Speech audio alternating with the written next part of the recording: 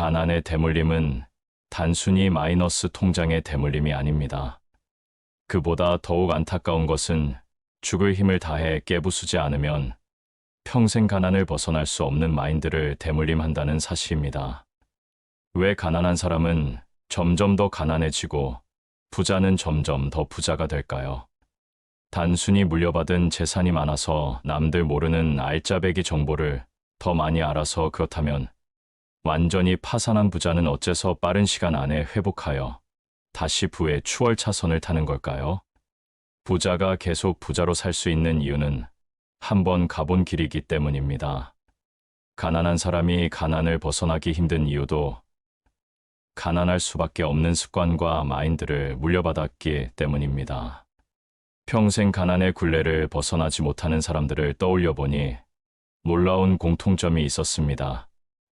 가난에 이르게 된 이유는 제각각이었을지 모르지만 그 결정적 마음 배경은 너무나 비슷했습니다. 물론 모두가 그렇다는 것은 아닙니다만 가난한 사람들은 6가지 공통점이 있었습니다. 첫 번째, 지출이 통제가 안 됩니다. 그들 대부분은 기분에 따라 돈을 씁니다. 한 달에 얼마를 벌든 쓰는 데는 개의치 않습니다. 수입은 생각도 안 하고 지출은 내 맘대로입니다. 줄여야만 하는 항목을 본인 스스로도 잘 알지만 줄이지 못합니다. 대신에 매달 돈이 없다고 삶을 저주하고 세상을 원망합니다.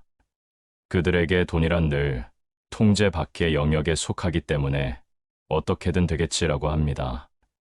그들은 스스로의 감정도 수입이나 지출도 전혀 통제하지 못합니다. 그래서 늘 감정과 돈에 이끌려 삽니다. 그것은 명확히 따지면 온전한 내 삶이 아닙니다. 내가 주인이 아닌 삶입니다. 두 번째, 화가 많습니다. 이들 중에는 화를 시한 폭탄급으로 품고 다니는 사람들이 많습니다. 자신의 감정을 제대로 조절하지 못하는 사람은 자신의 삶도 이끌지 못합니다. 특히 분노 에너지는 사람을 앞으로 나아가지 못하게 만드는 특징이 있습니다. 과거의 특정 사건이나 사람에 사로잡혀 살기에 분노를 품고 있는 것입니다.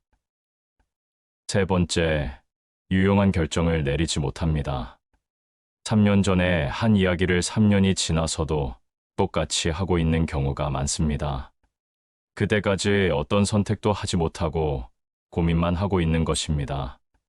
삶은 선택의 연속이고 좋은 선택이든 나쁜 선택이든 결정이라는 것을 해야 어쨌든 굴러갑니다. 자격증이나 아파트 구입이나 주식 투자 등 심지어 이혼이나 사업 시작 정리 등등 나만이 내릴 수 있는 결정이 있는데 그것을 무기한 미루고 늘 같은 자리에서 삶을 허비하는 경우가 많습니다. 그래서 발전하지 않고 똑같은 삶을 살고 있는 경우가 많습니다. 네 번째, 돈을 하찮게 여깁니다. 돈에 쪼들리면서도 돈의 가치를 무시합니다. 돈에 대한 관념 자체가 굉장히 애매합니다. 돈이 최고다. 오직 돈 때문에 일한다 하면서 어느 날은 사람이 돈에 연연하면 안 된다. 망할 놈의 돈 때문에 이렇게 산다라고 합니다.